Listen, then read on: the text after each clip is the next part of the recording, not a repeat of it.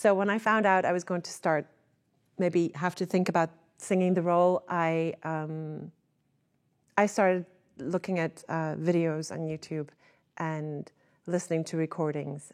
And then you think to yourself, there is no way on God's green earth that I sing this role. I just cut it at the neck. So there was a lot of having to talk myself into, yes, you can. And then once you get past the fear of, I don't look like Salome. I mean, that was my biggest hang up. Then you start worrying about the music because it is insanely difficult. And learning the role was very, very complicated. I had to do it by myself in my studio at home, which was during 2020 pandemic. I had nobody to coach it with. So it was really this solo endeavor that I did sort of with blindfolds on. So learning it was a challenge, quite a challenge. And when I conquered it, I felt so powerful. So now I have this emotional connection to the role and this I am She-Ra warrior princess feeling when I sing it.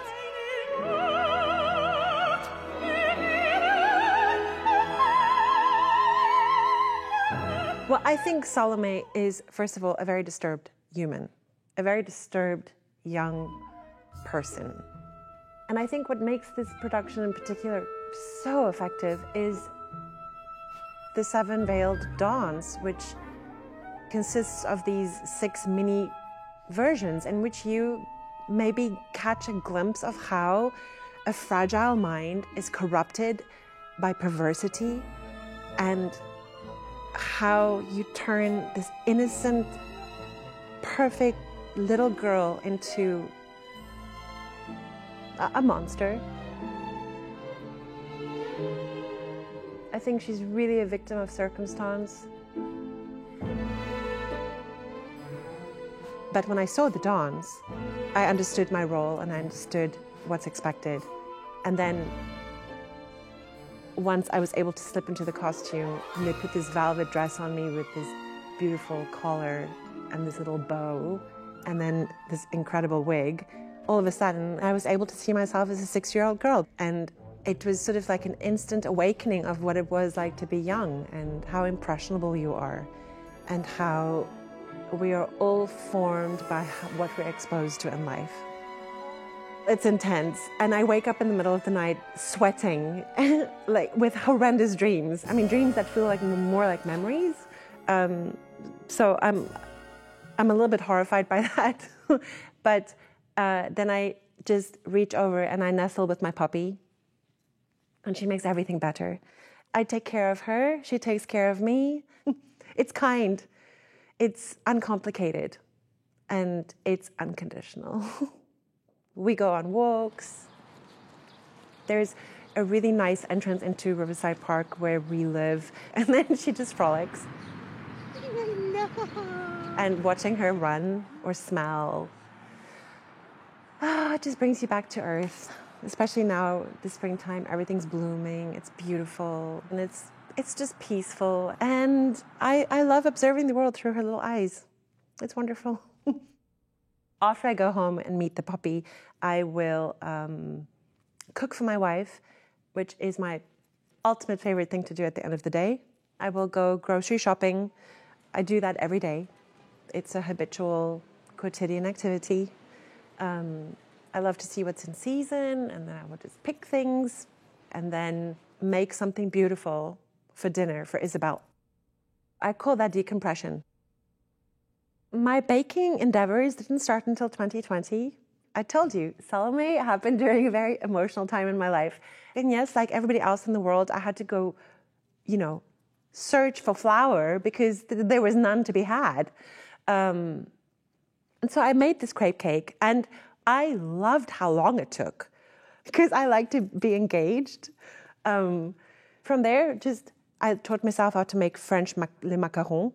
And I made them, and I shared it with the neighbors. And so it just became this thing, and I couldn't stop. It was like a snowball. And now, 5 years later, I make hyper-realistic cakes. Why? I have no idea. But it's like I have to do it. To execute one of those things, it takes up to 30 hours. And I love it. The longer it takes, the happier I am. And I did, for my first Salome in 2022, I did make my first head. I made a severed head on a silver platter. I didn't know I could do that, but I did. I made a head out of cake.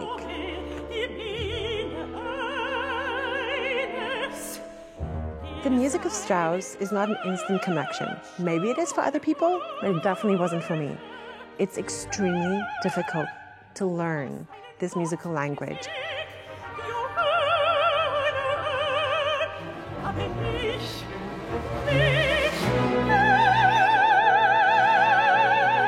The technical demand of what it takes to execute this role is kind of extraordinary, actually.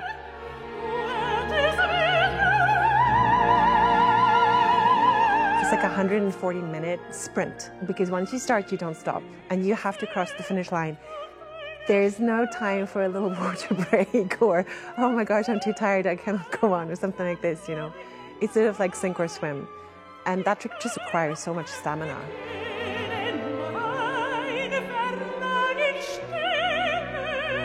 For this, you require a mountain of experience, so that you know how to negotiate the troubled waters, how to climb that mountain without getting tired. It's just tricky. She's just tricky. However, now we fast forward to 2025, and I have become so accustomed to his musical language, or maybe it's that my ear has evolved, that now I cannot imagine my life without it.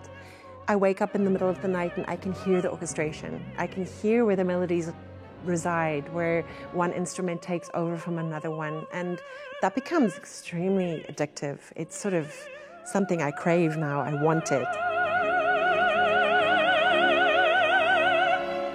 It's no longer scary. It's 100% enjoyable. It takes so much brain power, but it's so amazing. It's so rewarding. I love it. And now I'm going to start crying. Oh my gosh, I'm so sorry. I love Strauss. Strauss has turned me into a better performer and just a better human, because I think the gift Strauss has given me is the gift of believing in myself. And that's not something you can teach a person. Like self-belief or confidence, you have to find that within yourself. And Strauss has done that for me, and I'm so grateful.